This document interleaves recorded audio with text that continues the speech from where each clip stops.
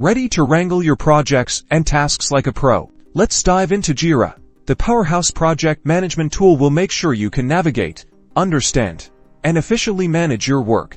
First up, the navigation bar. This is your command center, offering quick access to all Jira features. Click on Projects to see a list of the projects you have access to. Then, select any project to begin. Inside a project, you'll usually find a bar, which visually organizes tasks. These tasks are called issues, and each issue typically represents a single piece of work. Notice the different statuses and how tasks move through stages. This visualization is key for tracking progress. Creating an issue is simple. Click the Create button and fill in your task details. Be sure to choose the correct issue type, like a task, a bug, or an epic, and include a clear summary and description. Provide any other custom fields and assign it to the right team member. Once you've added your issue, it will appear on the board. From there, you can drag and drop issues to different columns to represent their progress. This workflow customization is really powerful. The search bar is your secret weapon.